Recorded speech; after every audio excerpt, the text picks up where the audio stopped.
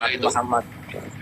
Nah, maksud saya gini, saya minta bantuan itu dan kasih solusi kepada saya gimana caranya untuk melaporkan itu channel YouTube, sedangkan kita kan belum tahu caranya gitu ya. Nama channel YouTube-nya itu? Namanya Sunnah Nabi Asli, Gus. Biasanya yang asli-asli gitu itu hasilnya palsu biasanya.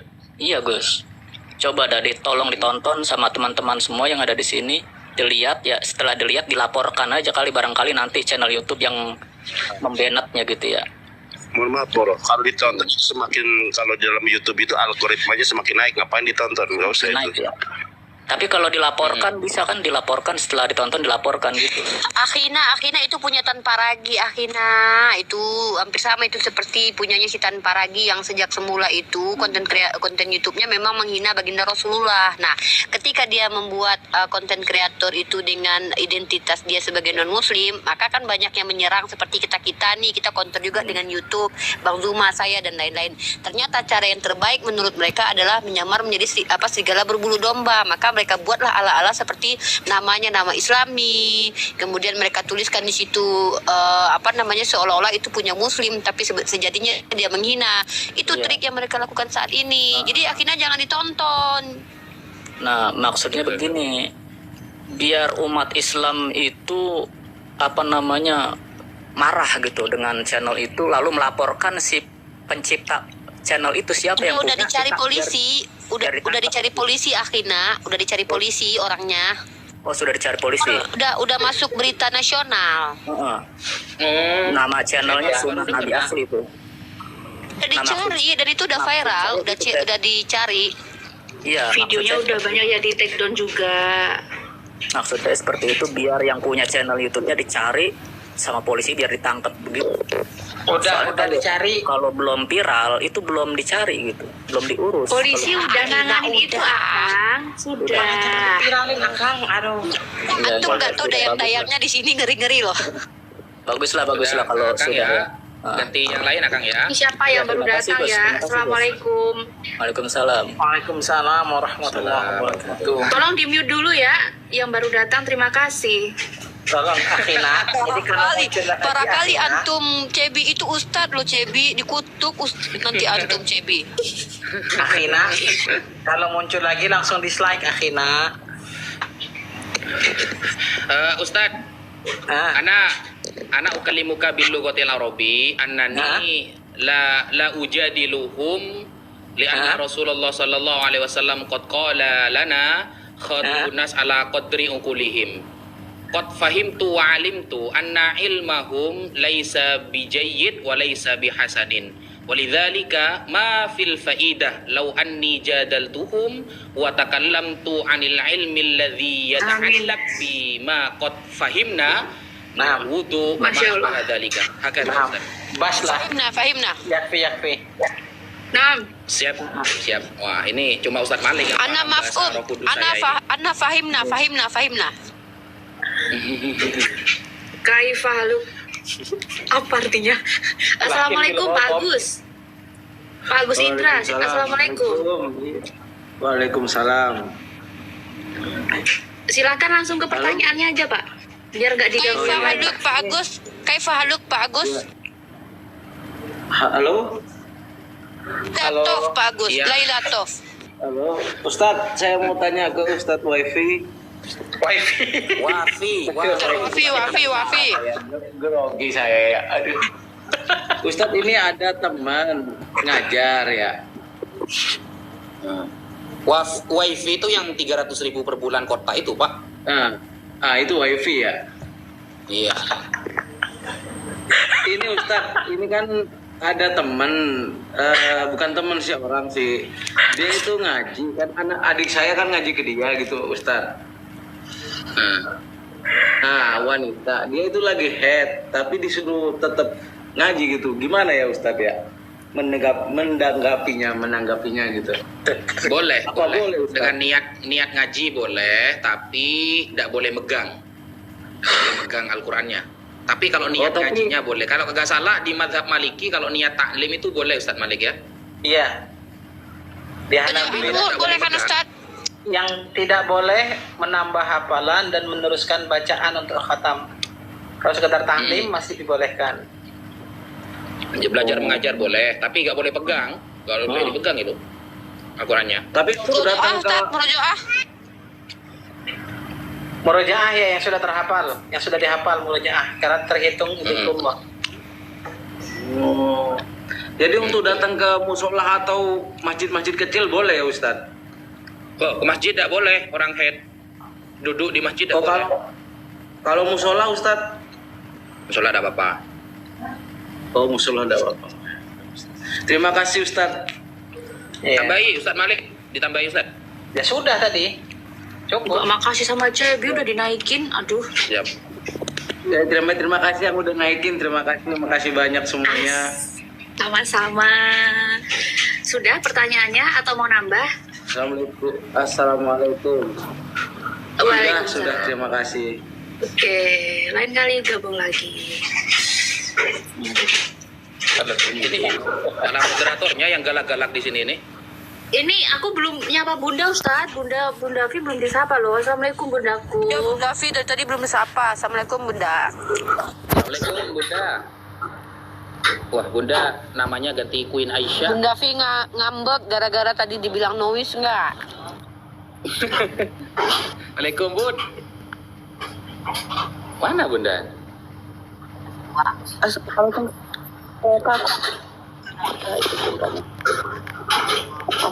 Sehat Bun? Alhamdulillah. Bunda Vi, kita foto dulu. Ini Rifa. Ya sayang. Assalamualaikum semuanya. Waalaikumsalam warahmatullahi taala wabarakatuh. Terus Wabi ikut menimba ilmu ya, sekalian belajar tauhid. Ya, ada pertanyaan? Ada pertanyaannya itu seperti tadi ada kalimat wahdatul wujud, ada itu kalau bagi orang lain sesat, kalau bagi dirinya gimana?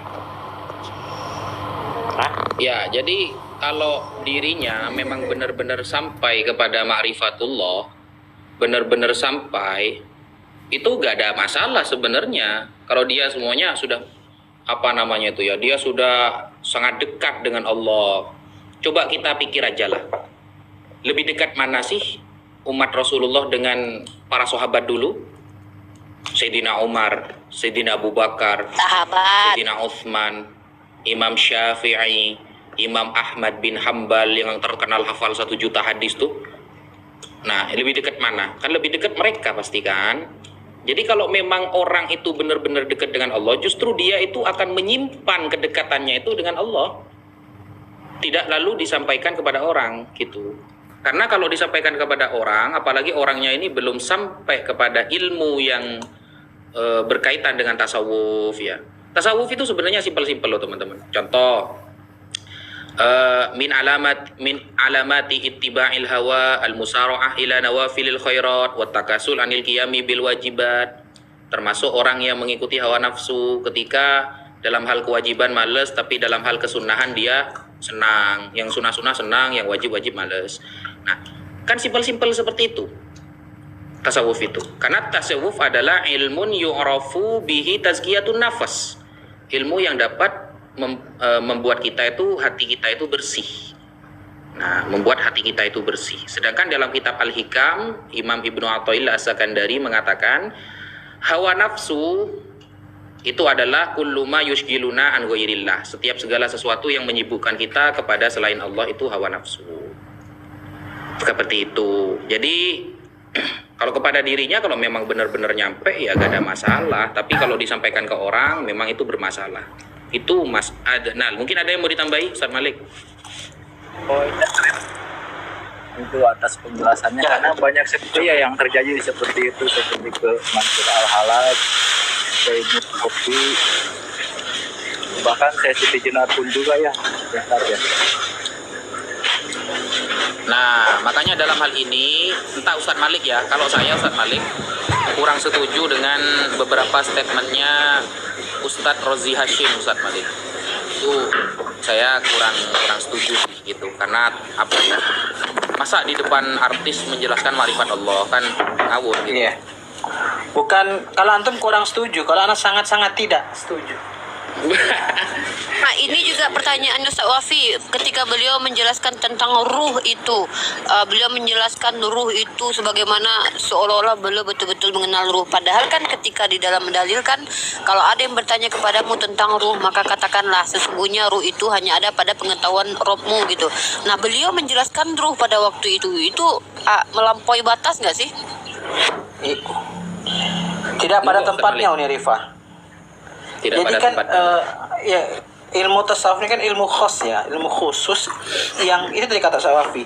Ketika berbicara tentang makrifat, ketika berbicara tentang karomah, itu sesuatu yang sir, nggak bisa diomongin ke orang lain gitu loh. Ya, tidak bisa diomongin ke orang lain, apalagi ke awam-awam yang baru hijrah dan lain sebagainya. Akhirnya apa? Terpapar subhat mereka, ya. Lagi semangat-semangatnya belajar agama, hijrah, dapat ustadz yang memberikan materi bukan pada tempatnya, salah objek gitu kan. Udah, akhirnya banyak yang jadi pemalas gitu loh dalam hal menjalankan syariat. Karena apa? Mengejar ma'rifat katanya. Awaludin ma'rifatullah. Ya kan? Akhirnya ketika ketemu guru, mursyid yang berbicara tentang ma'rifat, yang nggak paham syariat. Nah, jadi mereka menutupi kemalasan yang atas menjalankan syariat dengan bahasa ma'rifat, bahasa hakikat. Kemarin kan ada itu roomnya Ustaz Wafi. Sholat yang masih bergerak-gerak itu sholatnya anak-anak katanya. Sholat itu kan waqumulillahi qanitin. Pakai dalil pula dia mengajar. Si Kiki, Ustaz Abdul Malik, tengok si Kiki itu. Kasihan ini Ustaz yang suka bahasa yang mereka nggak ngerti, termasuk di atas katanya. Ini si Kiki kenapa sih?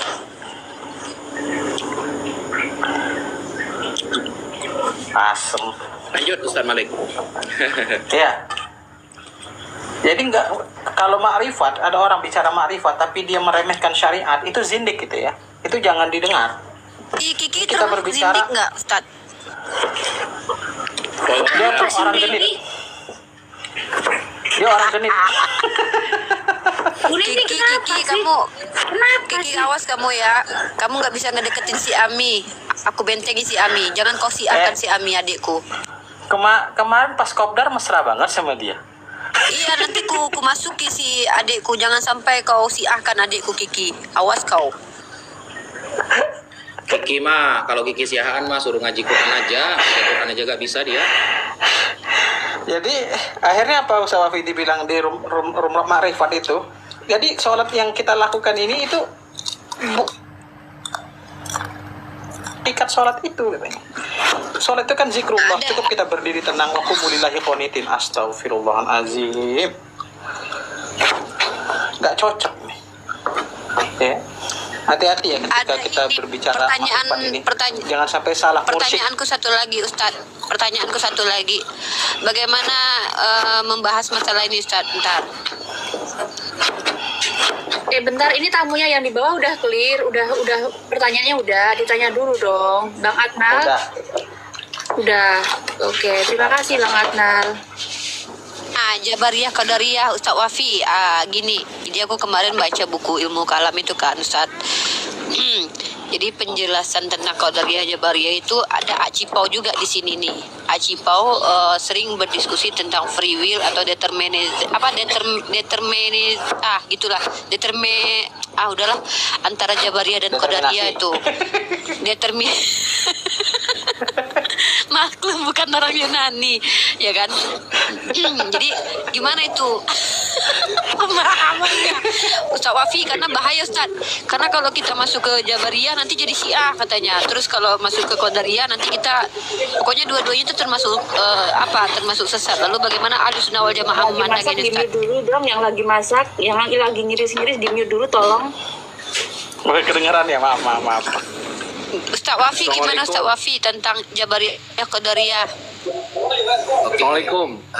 Cek salam. Waalaikumsalam. Ya. Mohon maaf tadi saya mendengar sedikit.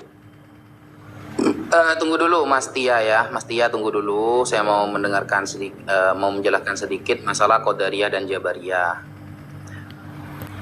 Qadariyah, ya, Qadariyah itu menganggap Qadariyah ada dua, teman-teman. Satu, menganggap semua yang kita lakukan itu dari diri kita. Hidayah itu dari kita, dari usaha kita. Tidak ada campur tangan dari Allah Subhanahu wa taala. Ada yang berpaham Qadariyah, seperti Mu'tazilah, pahamnya itu seperti Qadariyah. Mu'tazilah menganggap bahwa pekerjaan baik itu dari kita, pekerjaan buruk itu dari iblis, atau pekerjaan buruk dari kita, pekerjaan baik itu juga dari kita. Pokoknya kalau menisbatkan kita, tidak ada campur tangan dari Allah, ya, tidak ada campur tangan dari Allah, itu Qadariyah. Apakah itu sesat? Jelas sesat, tidak boleh. Kemudian Jabariyah. Kalau Jabariyah itu menisbatkan keburukan kepada Allah. Semuanya, kita berzina, kita minum khamr dan lain sebagainya, itu dari Allah. Itu Jabariyah. Sedangkan kita ada di tengah-tengah, teman-teman. Makanya di Al-Quran kan dikatakan kul kullum min indillah. Katakan semuanya memang dari Allah. Wa idza asabakum min hasanatin faminallah. Kalau ada hal-hal yang baik kita lakukan, itu dari Allah. Wa idza asabakum min sayyi'atin famin nafsik. Kalau memang itu pekerjaan itu buruk, berarti dari diri kita sendiri atas izin Allah Subhanahu wa taala. Kita tidak boleh. Ustaz Malik, suara makannya kedengeran. Apa sih Ustaz? Astaga. Ya, kita tidak boleh menisbatkan keburukan kepada Allah Subhanahu wa taala. Seperti itu, ada di tengah-tengah uni. Ayatnya mana? Ada di dalam Al-Qur'an.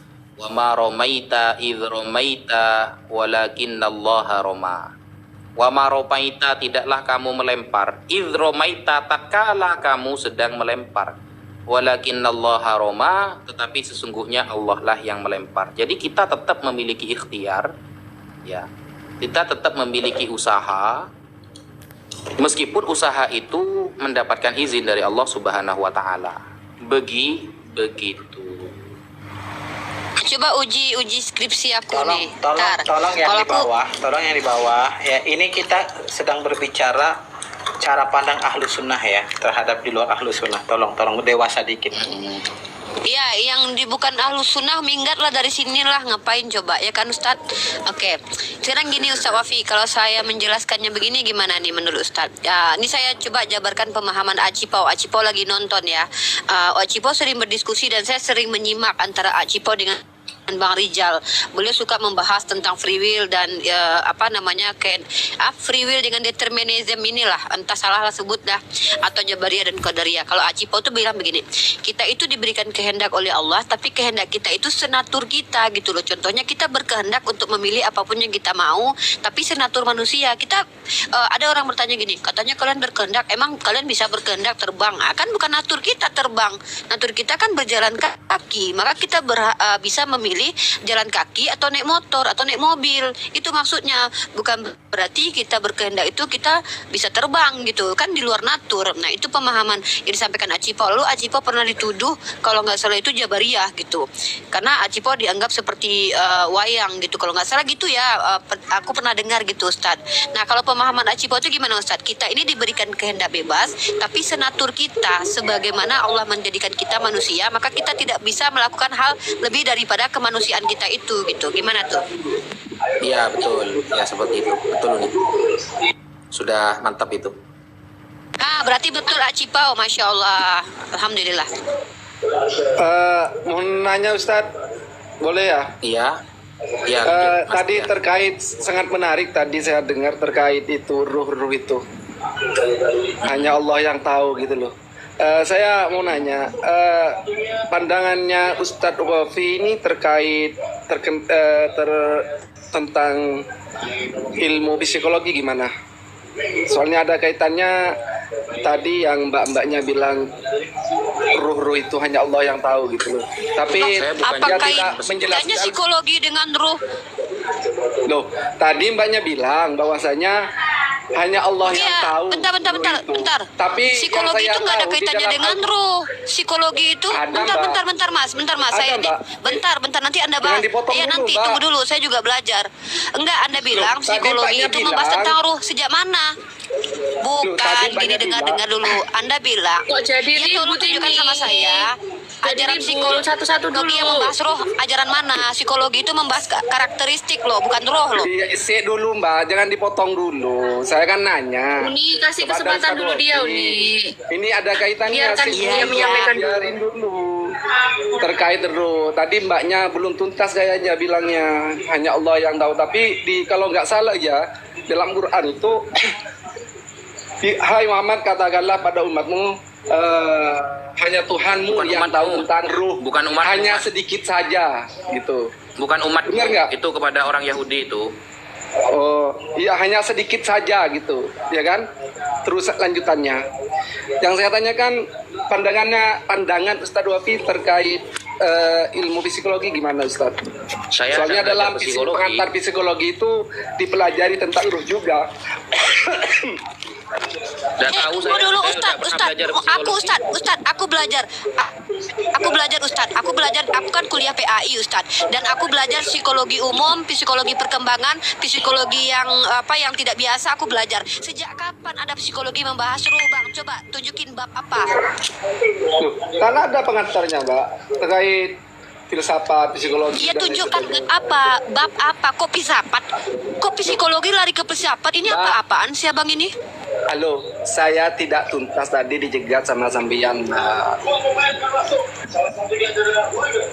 Anda Coba, bilang Bang, psikologi coba membahas sampean tentang cek ruh. definisi Sejak kapan psikologi psikologi yang mana? membahas ruh? Loh, ada kaitannya Mbak.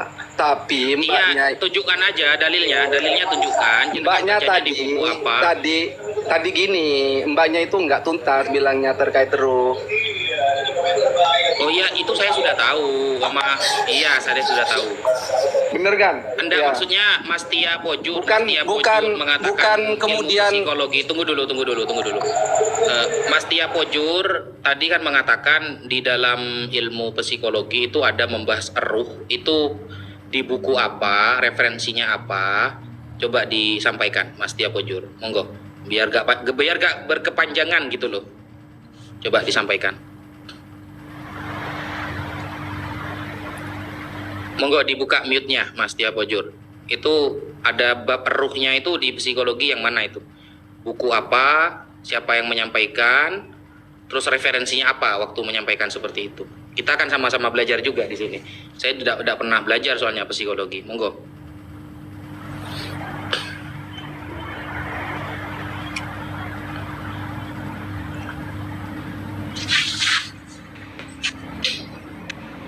Tidur dia. Mas Mbak Tia, Tia, dibuka mute. Bang Tia bangun. Nggak ada psikologi membahas roh, itu nggak ada. Psikologi Enggak. itu berasal dari kata Infonya dua dari mana kata itu psi dan logos. Ya, aku belajar psikologi loh, karena itu salah satu mata kuliah aku kan pendidikan. Psi dan logos itu dari bahasa Yunani ya, ilmu jiwa bukan roh.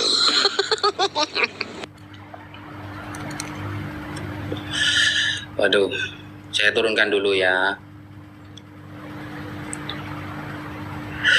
Saya tidak pernah Mana belajar ada yang jurusan mampu psikologi. mempelajari roh? Siapa yang bisa mempelajari roh? Sakit jiwa, sakit ruh gitu ya. Itu kalau sampai kita bisa mempelajari يعني الروح وللروح من أمر ربي وما أوتيت من العلم إلا قليل. Assalamualaikum warahmatullahi wabarakatuh. Waalaikumsalam. Tunggu dulu Junaidi ya. Kalau sampai bisa mempelajari ruh sampai dalam, itu bisa dijadikan Tuhan kedua sama teman-teman Kristen nanti. Karena Tuhan teman Kristen roh. Jadi dijadiin guru nanti. Ya, lanjut Mas Junaidi. Jiwa yang dibahas itu jiwa di psikologi itu karakter dan jiwa. Bismillahirrahmanirrahim. Sebelumnya mohon izin semuanya ingin bertanya Ustadz berkaitan dengan pemboikotan yang terjadi saat ini, yang mana MUI sudah mengeluarkan fatwa bahwasanya kita wajib memboikot produk-produk yang mendukung pergerakan Israel, kan seperti itu.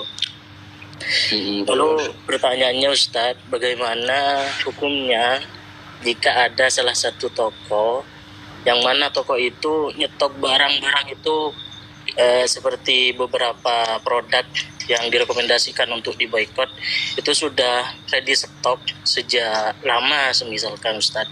Itu bagaimana hukumnya jika itu barang itu masih dijual?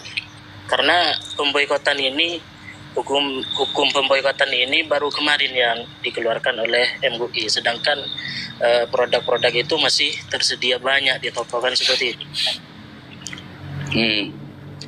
Oke. Jadi begini, kalau kita merujuk kepada fatwa Syekh Syahid Ramadan Al-Buti. Syekh Syahid Ramadan Al-Buti itu kan mengatakan, yajibu wujuban ainiyan, wajib setara fardu ain, muqata'atul aghdiyah wal badai' al-amrikiyah wal israiliyah. Wajib secara aini, wajib ain, fardu ain, memboikot makanan-makanan atau produk-produk Amerika dan Israel. Kenapa? Idh huwal jihad alladhi yatasanna li kulli muslimin al-qiyam bihi fi muwajahatil udwan al-israili wa man yad'umuhu. Karena itu termasuk jihad bagi setiap umat muslim untuk melawan agresi Israel dengan para pendukungnya. Di bawahnya beliau bilang, nah, ketika itu mungkin untuk dilakukan. Kalau tidak mungkin untuk dilakukan, contohnya kita sudah terlanjur menyetok banyak barang. Ini lihat, kira-kira barang ini dikembalikan atau dijual secara murah, yang penting terjual dulu, habiskan dulu, bisa apa enggak? Kalau bisa ya sudah lakukan itu. Kalau kira-kira dia masih banyak hartanya, andaikan barang-barang ini disedekahkan, barang itu halal teman-teman ya. Jadi hukum haramnya itu, hukum wajibnya itu kita akan memboikot. Bukan berarti barangnya haram kita makan, bukan, tetap halal. Kayak susu Bear Brand, kok apa namanya itu, Aqua, tetap halal kita makan. Kalau kira-kira orang itu uangnya masih banyak, seumpama dibagi-bagikan, boleh tetap. Atau sudah terlanjur menyetok banyak, dihabiskan dulu dengan harga pas, tidak ngambil laba biar cepat laku, habiskan, boleh. Seperti itu Mas Junaidi. Baik Ustadz. Tapi dalam hukum penjualannya masih diperbolehkan apabila barang itu nyetok sebelum adanya fatwa MUI bahwasanya harus memboikot produk-produk yang mendukung Israel, pergerakan Israel, seperti itu Ustaz. Ya, seperti itu. Baik Ustaz, terima kasih banyak ilmunya Ustaz untuk semuanya. Siap, Terima kasih. sama-sama Mas Junaidi. Ya, Assalamualaikum. Waalaikumsalam. Waalaikumsalam warahmatullahi wabarakatuh. Ini masanya kita menaikkan produk-produk saudara kita yang ada di Indonesia ya. Ini masanya sebenarnya juga kita membiarkan saudara-saudara kita semakin kreatif dalam membuat produk. Kalau mereka selama ini nggak cuman kita selama ini konsumen aja terus. Kapan lagi kita jadi produsen dan produktif? Saatnya kita membuat sesuatu yang baru gitu. Ya, tapi ada yang lebih penting loh teman-teman. Yang lebih penting itu memboikot cara pikir orang Israel, akhlak orang Israel. Itu lebih penting juga. Jadi hukum boikot memboikot itu, kalau kira-kira tidak memungkinkan bagi kita, seumpama tidak memungkinkan yang di mute dulu ya. Orang yang aduh, ya. Ini contoh ya teman-teman ya, contoh. Ada orang kalau gak minum aqua itu dia jatuh sakit. Maka tidak apa-apa, minum aqua tidak apa-apa teman-teman. Seumpama nih ada orang kalau gak minum aqua dia sakit. Nah itu boleh, tetap boleh minum aqua. Gitu. Jadi ketika memungkinkan, kan begitu. Dan kita kan banyak kan ya, produk-produk lain itu banyak. Sebisanya, semampunya teman-teman. Sedikit demi sedikit, kalau semua mungkin kita susah ya, susah. Kayak saya terlanjur menggunakan sampo Pentin anti ketombe. Pernah sih pakai sampo duta lain tapi ketombe balik lagi. Jadi saya sekarang berpindah kepada zinc ya. Ya, jadi ya seperti itu. Sementara gitu. Jadi berproses lah teman-teman, jangan langsung. Tak cabein, menurut tak cabein. Ya gitu. Kok Ustadz Malik sekarang udah kurus?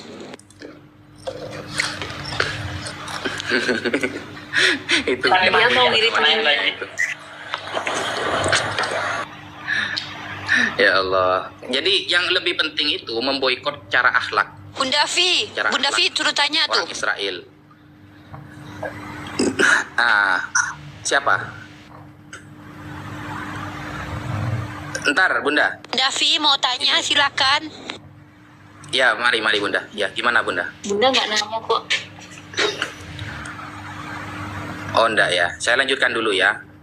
Ini salah satu contoh teman-teman ya. Jadi kalau bisa boikot akhlak Israel, akhlaknya ya.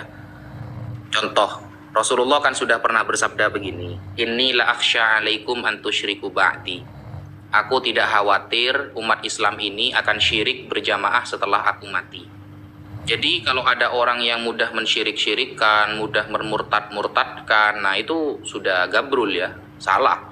Karena Rasulullah sudah mengatakan, aku tidak khawatir kalian akan syirik berjamaah, langsung syirik semua satu negara gitu. Setelah aku mati, gak khawatir. Walakin akhsha alaikumud dunya antanafasu fiha fataktatilu. Tapi justru khawatirnya masalah dunia. Nah, cara berpikir orang Israel, akhlaknya mereka, itu kita harus boikot juga gitu loh. Kayak di left sama-sama menjatuhkan umat Islam, sama-sama menyerang umat Islam. Itu orang Israel tertawa. Wah, Bu Yuni itu. Iya, orang Israel itu nggak penting kita ada masuk agama mereka. Yang penting cara berpikir kita sama seperti mereka, membuka aib saudara sendiri, ya, melefkan, menjatuhkan saudara sendiri. Kemudian seolah-olah dia yang paling baik, maha benar, panitia surga. Itu jangan seperti itu. Parah Bu Yuni. Bu Yuni katanya mau ngelawan debat Wafi sama Bang Ali, terus katanya sini aku mau meluruskan mereka, katanya dalam hati aku. Siapa lu? Ya, Astagfirullah. seperti itu. Live lagi tuh ya Allah. Sampai bawa-bawa masalah pribadi seumpama. Jangan. Itu cara orang-orang Israel. Malik, Masya Allah. Itu temannya Ustadz Malik. Temennya Ustadz Malik. Kita fokus. Bu Yuni teman Ustadz Malik. Kita fokus apa namanya itu ya? Kita fokus ke depan teman-teman ya. Kiriman lauk siapa Kita fokus coba? ke depan. Ya, seperti itulah kira-kira. Kita fokus ke depan yang bisa berjihad. Rasulullah kan pernah bilang gini kan, jahidul musyrikin bi amwalikum wa anfusikum wa alsinatikum isnaduhu sahih. Perangilah, jihadlah, lawanlah orang-orang musyrik itu dengan lisan kalian, dengan harta kalian, dengan raga kalian. Kalau nggak punya uang, sebagian harta tidak bisa disumbangkan untuk berjuang, ya pakai cara lain. Kayak teman-teman yang berdakwah, lalu kan banyak kan ya kalau kiai, ulama yang berdakwah di mana-mana, akhirnya banyak yang ngasih uang. Mereka membantu dakwah seorang kiai tersebut dengan sebagian harta mereka. Ada juga yang dengan jiwa raga berperang dengan orang-orang kafir harbi ada. Kalau nggak bisa, sampaikan dengan lisan.